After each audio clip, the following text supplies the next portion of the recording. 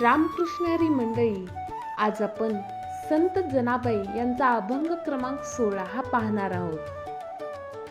या अभंगामध्ये संत जनाबाई यांनी विठ्ठलाच्या भक्ती प्रेमाचे आणि भक्तांच्या सामर्थ्याचे अत्यंत सुंदर वर्णन केले आहे। भगवान स्वतः भक्ताच्या प्रेमामुळे पृथ्वीवर येतो, त्याच्या सेवेसाठी उभे राहतात आणि भक्तांच्या भावनेने बांधले जातात।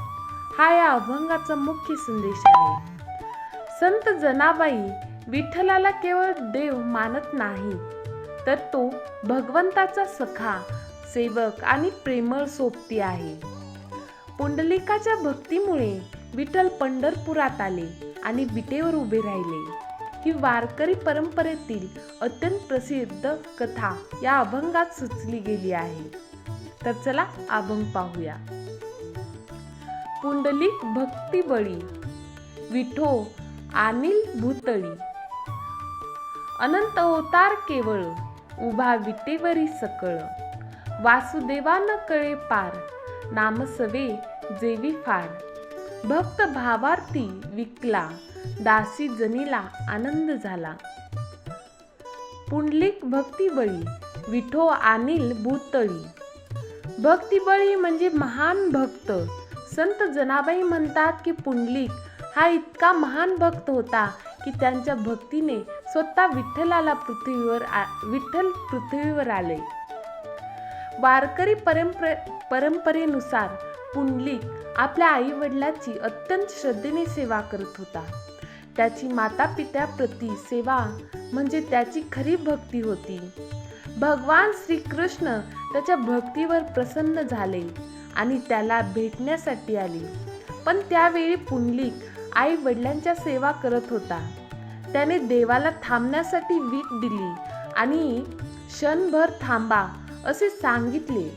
भगवान त्या विटेवर उभे राहिले।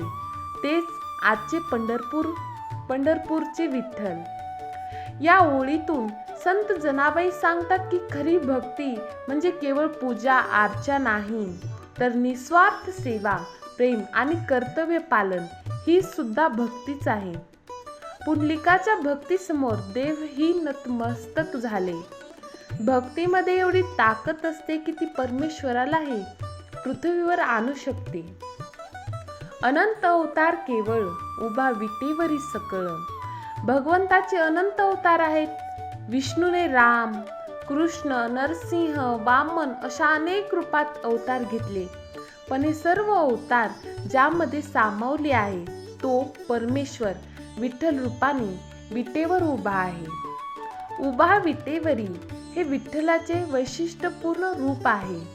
हात कमरेवर ठेवून विटेवर उभा असलेला विठोबा भक्तांची वाट पाहत आहे। हे रूप अत्यंत साधे, प्रेमळ आणि भक्तांसाठी सहज उपलब्ध आहे। सकळ म्हणजे सर्व अवतारांचे सार, सर्व शक्ती, सर्व दैवी गुण विठ्ठलामध्ये आहे, पण तरीही तो भक्तीसाठी अत्यंत साध्या रूपात उभा आहे। या ओळीत संत जनाबाई सांगतात की परमेश्वर कितीही महान असला तरी भक्तासाठी तो प्रेमाने झुकतो।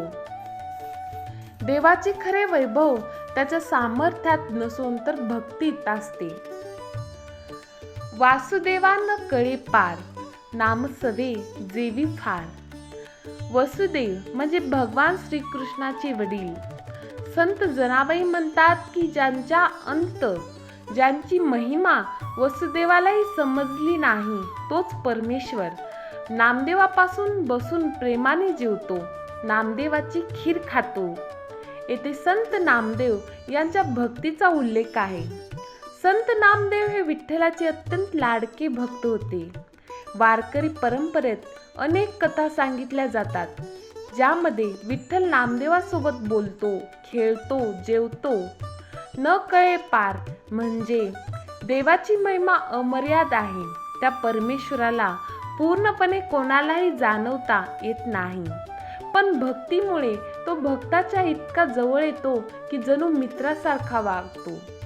ही ओळ भक्तीचे मोठेपण सांगते. ज्ञान, तप, विद्वत्ता यापेक्षा प्रेम भक्ती श्रेष्ठ आहे.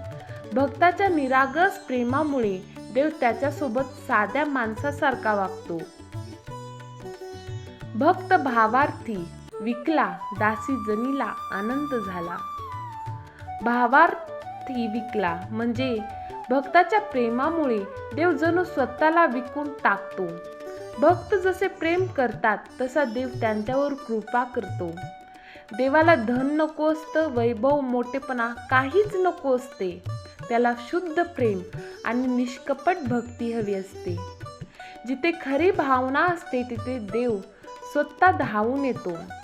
जनाबाई स्वतःला दासी जनी म्हणतात. त्या अत्यंत नम्रतेने सांगतात की भक्तावरील देवाचे प्रेम पाहून त्यांना खूप आनंद झाला. या ओळीत भक्तीचा अत्यंत संदेश आहे.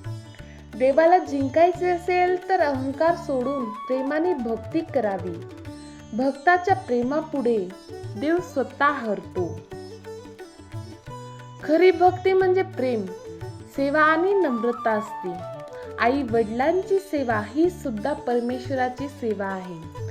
भक्तीमध्ये एवढी ताकद असते की देव भक्तासाठी धावून येतो. देवाला मोठेपणा नाही तर शुद्ध भावना प्रिय असतात. भक्त आणि देव याचे नाते हे प्रेमाचे असते. संत जनाबाई यांच्या या अभंगात भक्तीचे अत्यंत सुंदर चित्रण केले आहे. पुंडलिकाच्या सेवेसाठी विठ्ठल पृथ्वीवर आला. नामदेवाच्या प्रेमामुळे देव त्यांच्या सोबत जेवला आणि भक्तांच्या भावनेने देव स्वतःला अर्पण करतो. हा वारकरी भक्तीचा गाभा या अभंगात स्पष्ट होतो. हा अभंग आपल्याला शिकवतो की देव दूर नाही. जिथे प्रेम, सेवा, नम्रता आणि निष्कपट भक्ती आहे तिथेच विठ्ठलाचा वास आहे. रामकृष्ण हरी.